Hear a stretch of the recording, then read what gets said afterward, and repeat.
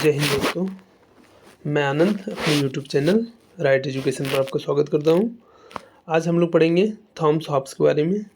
इसके पहले हम लोग प्लेटो, अरस्तू और मैकियावेली को पढ़ चुके हैं। इसके बाद आज का हमारा टॉपिक है थॉमस हॉब्स। ये जो मैं पढ़ा रहा हूँ ये आप टीचिंग एग्ज़ाम्स की प्रिपरेशन करते हैं, for example TGT, PGT, KVS, EMRS आदि टीचिंग एग्ज़ाम्स में जिसमें भी पॉलिटिकल साइंस आता है उसके लिए काफ़ी हेल्पफुल होगा।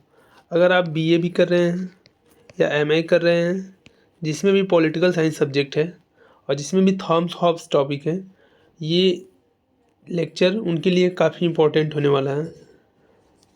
तो चलिए हम अपना लेक्चर स्टार्ट करते हैं।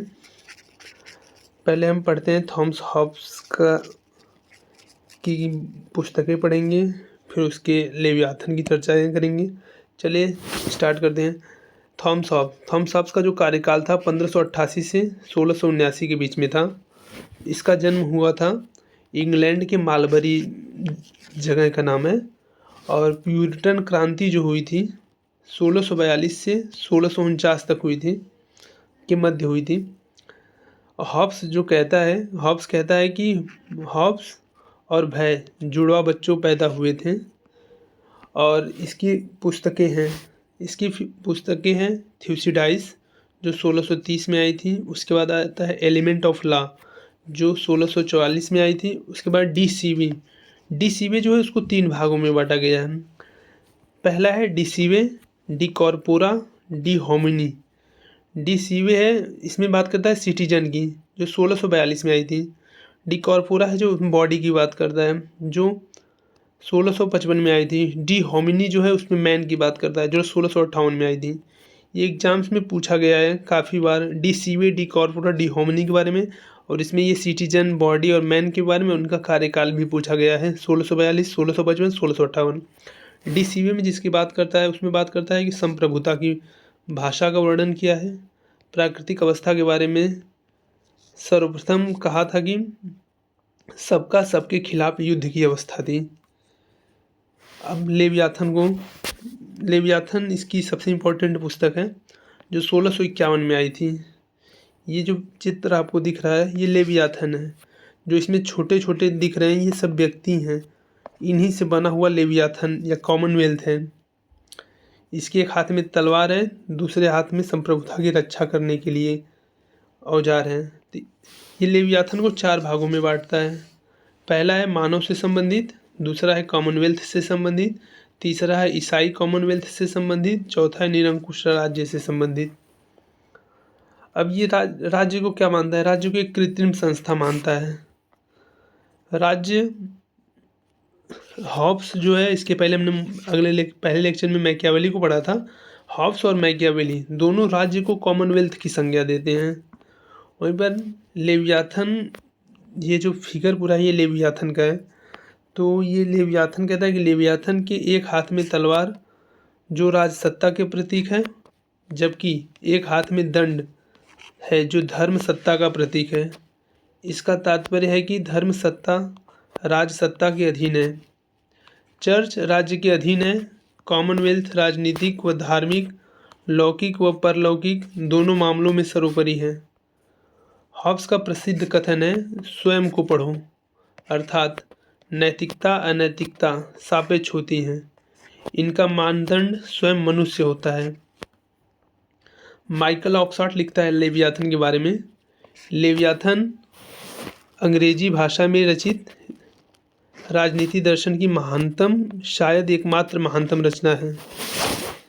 लेवियाथन की आलोचना भी करते हैं। लेवियाथन की आलोचना क्लैरेंडेन है, काउले है, सर रॉबर्ट फिल्मर है, व्हाइट हॉल है। इसमें ये भी पूछता है कि लेवियाथन की आलोचना किसने किसने की है। अब आता है क्लैरेंडेन कहता है हॉब्स का दर्शन विद्रोह का प्रश्नोत्तरी है। वहीं पर दूसरा कहता है लेवियाथन पोप की भाषणबाजी व पोप लीला का षड्यंत्र है। फिर लेवियाथन क्रॉमवेल की चापलूसी में लिखा गया है। क्लैरेंडन और भी कहता है कि मैंने आज तक ऐसी पुस्तक नहीं पढ़ी जिसमें इतना राजद्रोह, विश्वास भंग व धर्म विद्रोह भरा हो। लेवियाथन को जलाने की सलाह भी देता है क्लैरेंडन, और लेवियाथन और डीसीवे को ऑक्सफोर्ड यूनिवर्सिटी में जलाया भी गया।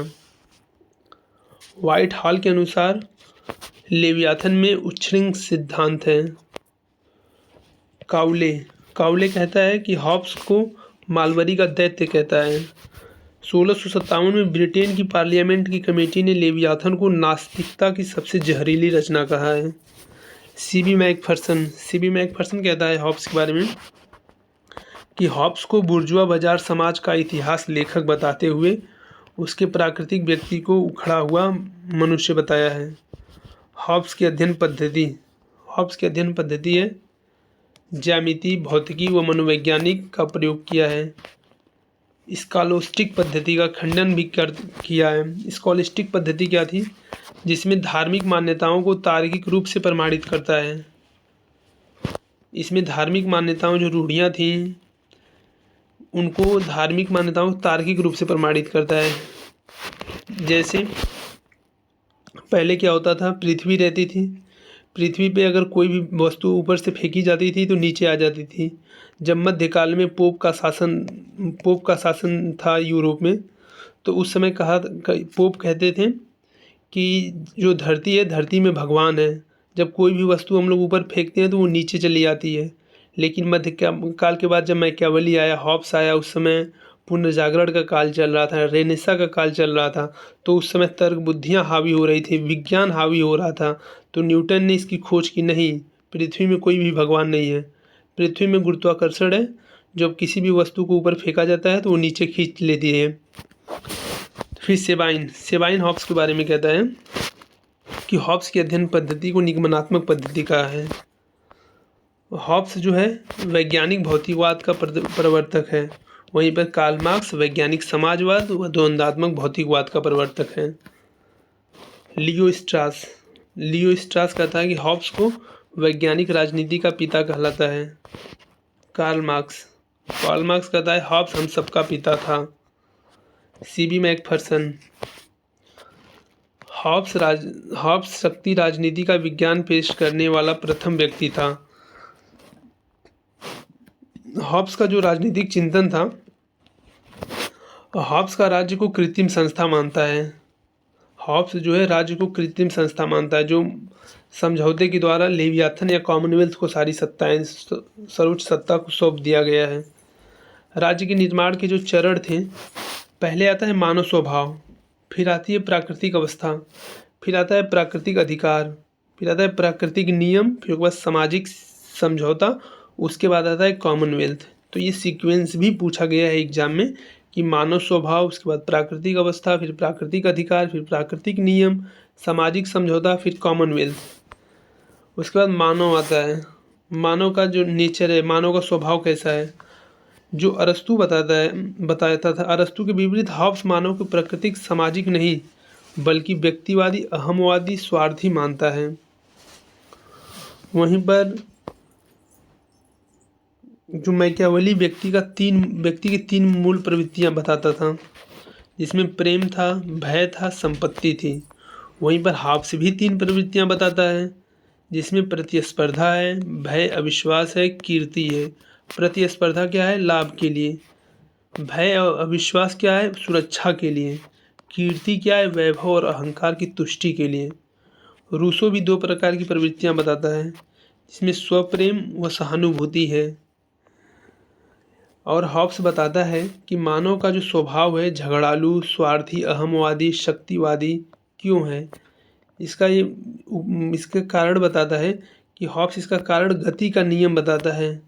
मानव शरीर पर गति के दो नियम पाए जाते हैं, एक है जैव गति, दूसरा है मनोवैज्ञानिक गति। जैव गति जो है यह स्वचालित है, जैसे हृदय की गति हुआ, पाचन क्रिया हुई, हमारी सांसें हुई, ये जैव गति हैं। और दूसरा है मनोवैज्ञानिक गति। मनोवैज्ञानिक गति क्या है?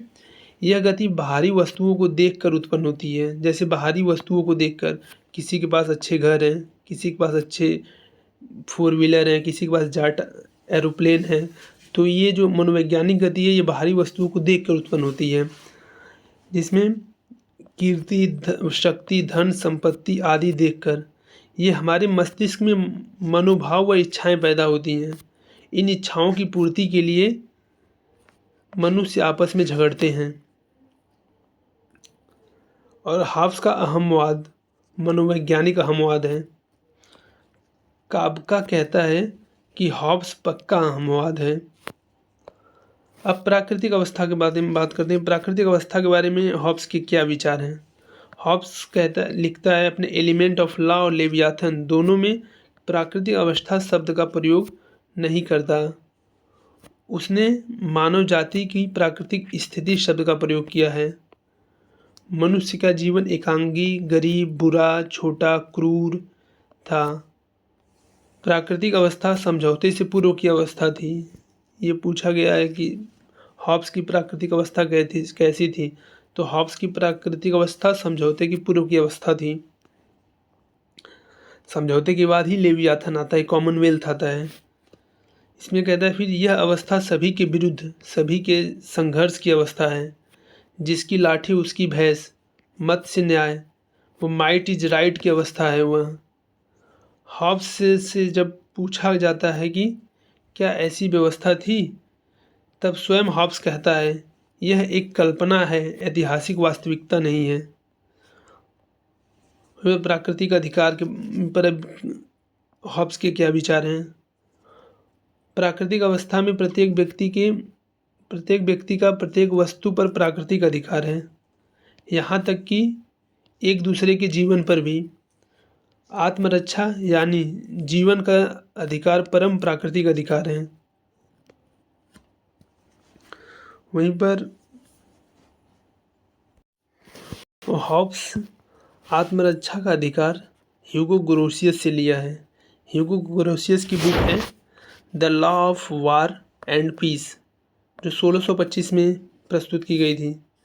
इसमें कहता है कि सभी व्यक्तियों को अपनी सुरक्षा का अधिकार है। टी.एच. हक्सले हॉब्स के प्राकृतिक अधिकार को शेर का अधिकार कहा है। वह इसके प्राकृतिक नियम है। इसका प्राकृतिक नियम के बारे में हॉब्स के विचार हैं कि दूसरे के साथ वैसा ही व्यवहार करो जैसा उनसे अपने लिए चाहते हो। सामाजिक समझौता में हॉब्स का विचार था कि प्राकृतिक अवस्था मत्स्य न्याय की अवस्था थी, जिसमें हमेशा मृत्यु का भय छाया रहता था। आत्मरक्षा के लिए सभी मानव आपस में समझौता करते हैं। आगे लिखता है कि मैं अपने ऊपर शासन का अधिकार इस व्यक्ति या इस व्यक्ति समूह को सौंपता हूँ, लेकिन शर्त यह है कि तुम भी अपनी सारी शक्तियाँ इसे सौंप दो। हॉब्स सर्वोच्च सत्ता को कॉमनवेल्थ कहता है, जिसका संचालन लेवियाथन करेगा। लेवियाथन यही है। लेवियाथन की पिक्चर एक बार देख लीजिए। लेवियाथन यही है, यही कॉमनवेल्थ का संचालन करेगा। अब आगे लेवियाथन के विरुद्ध किसी को अधिकार है तो आत्मरक्षा के अधिकार के आधार पर ही लेवियाथन के विरुद्ध कार्य किया जा सकता है। जो हॉब्स का ये समझौता सामाजिक और राजनीतिक दोनों है। तो एग्जाम में पूछा भी गया है कि किसका समझौता सामाजिक और राजनीतिक दोनों है। ये हॉब्स का है। उसके बाद कॉमनवेल्थ के बारे में हॉब्स के विचार हैं। कॉमनवेल्थ व लेवियाथन के विरुद्ध विद्रोह एकमात्र आधार आत्मरक्षा होगा। हॉब्स ने कुलीन तंत्र व लोकतंत्र की बजाय निरंकुश राजतंत्र का समर्थन किया है। हॉब्स ने सकारात्मक कानून की नींव रखी, अर्थात कानून राज्य शक्ति के आदेश हैं। इसे बेंथम व ऑस्टिन ने आगे बढ़ाया। हॉब्स व्यक्तिवादी या निरंकुशतावादी है। जो प्रतिज्ञा पत्र, समझौता, तलवार की नींव पर न टिके हो, वे कोरे शब्दजाल हैं तथा मनुष्य की रक्षा में सर्वथा असमर्थ हैं। वोलिन लिखता है हॉब्स का लेवियाथन मृत्यु, ईश्वर, मानवीय शक्तियों में महानतम है। सेबाइन लिखता है लेवियाथन के बारे में, लेवियाथन का विषय कानून व व्यवस्था है, जो दूसरा व्यक्तिवाद, निरंकुशता व व्यक्तिवाद एक दूसरे के पूरक हैं। हॉब्स व्यक्तिवादी व उपयोगितावादी थे। व्हाइट हॉल, क्लेरेंडेन, लॉक आदि विचारकों ने हॉब्स की इस निरंकुश संप्रभुता की आलोचना की है। सीबी मैकफर्सन ने अपनी प्रसिद्ध पुस्तक the element theory of possessive individualism Hobbes to Locke 1962 में हॉब्स के उदारवाद व व्यक्तिवाद की आलोचना में लिखा है कि हॉब्स में स्वत्वमूलक व्यक्तिवाद, सजातीय गलाकाट प्रतिस्पर्धा, आत्म प्रशंसा के भाव थे। उसने सिद्धांत आरंभिक पूंजीवादी बाजारवादी राजनीतिक विचारधारा का समर्थन करते हैं। फिर जॉन लॉक लिखता है, यह विचार ऐसा ही है जैसे यह सोचना कि मनुष्य इतने मूर्ख हैं कि वे बिल्लियों व लोमड़ियों द्वारा की जाने वाली शरारतों से बचना चाहते हैं, लेकिन एक शेर द्वारा खाए जाने से संतुष्ट रहते हैं। ये लेवियाथन के आलोचक हैं। C B Macpherson, John Locke, Whitehall, Clarendon और भी विचारक हैं। जोसेफ वायलातो लिखता है कि हॉब्स का सर्वाधिकारवाद का प्रथम सिद्धांतकार कहा है जोसेफ वायलातो। हॉब्स की जो संप्रभुता है वो दो प्रकार की है, एक स्थापित संप्रभुता है, दूसरी अर्जित संप्रभुता है। इसके पहले हॉब्स की संप्रभुता निरपेक्ष, सर्वोपरि, अदेय, अविभाज्य माना है। सेबाइन लिखता है कि हॉब्स वह पहला दार्शनिक था जिसने बोधा के प्रतितंत्र से संप्रभुता मुक्त करवाया। लास्की लिखता है कि हॉब्स अद्वैतवाद का सम्राट है। पहला दो प्रकार की संप्रभुता बताता है, स्थापित संप्रभुता, अर्जित संप्रभुता। स्थापित संप्रभुता वो है जो लोग स्वेच्छा से अपने अधिकार सौंपने के लिए सहमत हों, और अर्जित संप्रभुता लोग मृत्यु के भय से संप्रभुता का पालन करते हैं। हॉब्स वैधानिक संप्रभुता का समर्थक है। कानून संप्रभु का आदेश है। सेबाइन लिखता है कि हॉब्स की संप्रभुता को काल्पनिक नियम की संज्ञा दी है। स्त्रियों पर हॉब्स के विचार हैं। स्त्री और पुरुष समान रूप से क्षमतावान हैं। स्त्री के गौण रूप मानव द्वारा निर्मित किया गया है। महत्वपूर्ण कथन इसके हैं। हॉब्स का कथन है कि विधि का मौन रहना ही स्वतंत्रता है। सिबली लिखता है कि हॉब्स के आधुनिक राष्ट्रीय राज्य का श्रेष्ठतम दार्शनिक माना जाता है। डेविड ह्यूम लिखता है कि हॉब्स की राजनीति ऐसी है कि उससे अत्याचार को प्रोत्साहन मिलता है। अगर आपको ये वीडियो अच्छा लगा हो तो चैनल से बने रहें। जय हिंद।